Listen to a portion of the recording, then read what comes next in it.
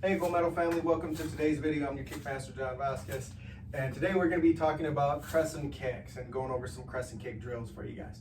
So if this is your first time visiting us, we'd love to see you back. So if you consider subscribing to our channel and then punching that bell notification that lets you know when we kick another video out to the tube. And if you thought this video was informative or entertaining at all, if you could kick that like button, we really appreciate the support there.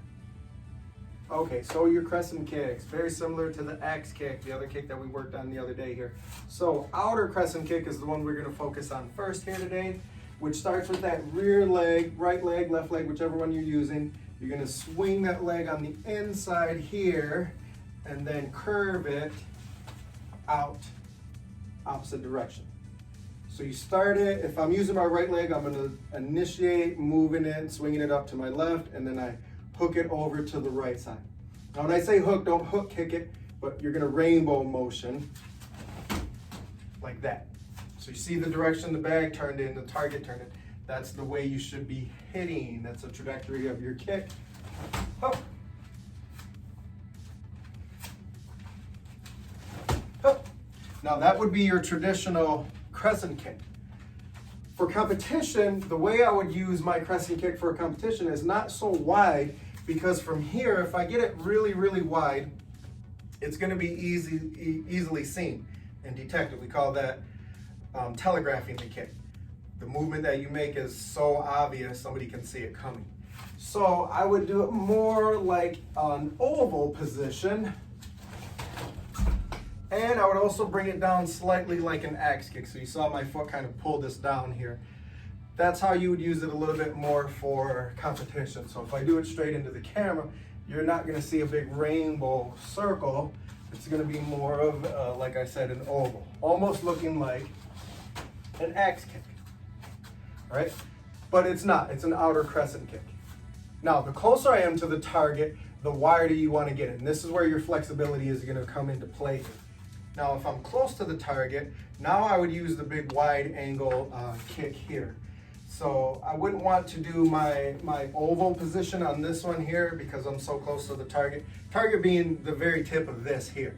I know I have the whole arm sticking out here that I can hit, but I really only want to hit the very tip, maybe the 2 to 3 inch tip part of this here. That's my target.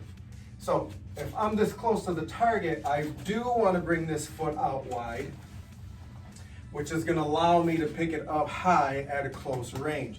Got to have the hip flexibility, got to have the hamstring flexibility for this as well. So as I snap it around, that way I can get the foot up. Watch that again from close range. And that's what I want to hit there. Now, if I don't have the ability to really bring it off to the side and pick it up nice and high, this is going to be a challenging kick for you. Okay, so that's why we're going to work on it.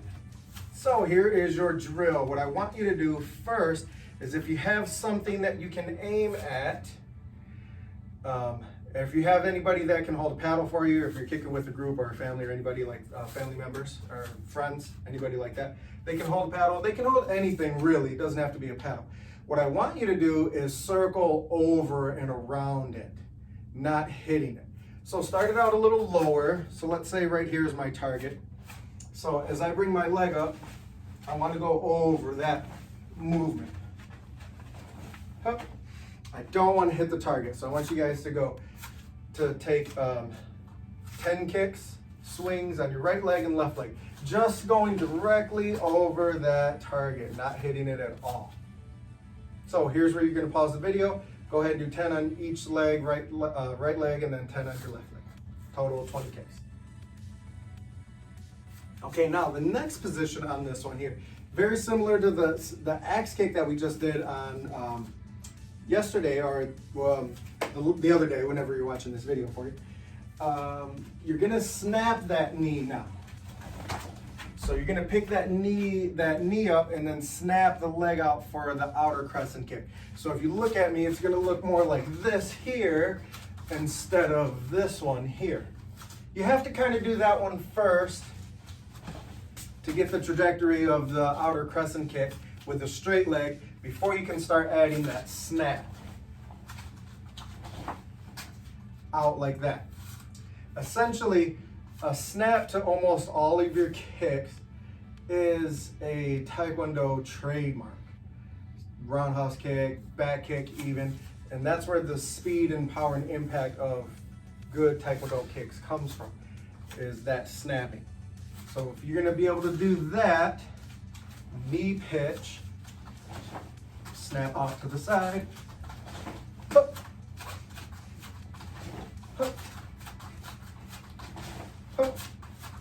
So picking those knees up, snapping them out to the sides there. I want you to do 10 on each leg. So now you're doing more of a snapping outer crescent kick. So go ahead and pause the video, 10 on each leg. Go.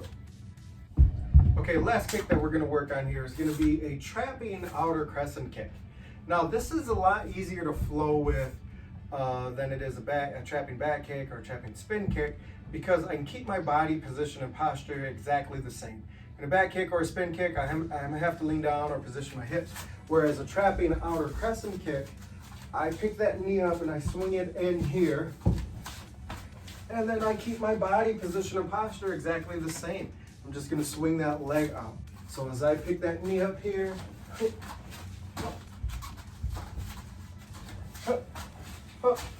you watch me straight forward,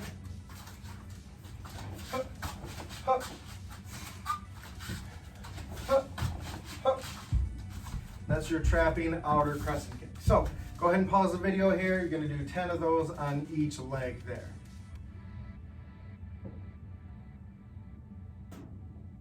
Okay, so that was today's lesson for outer crescent kicks.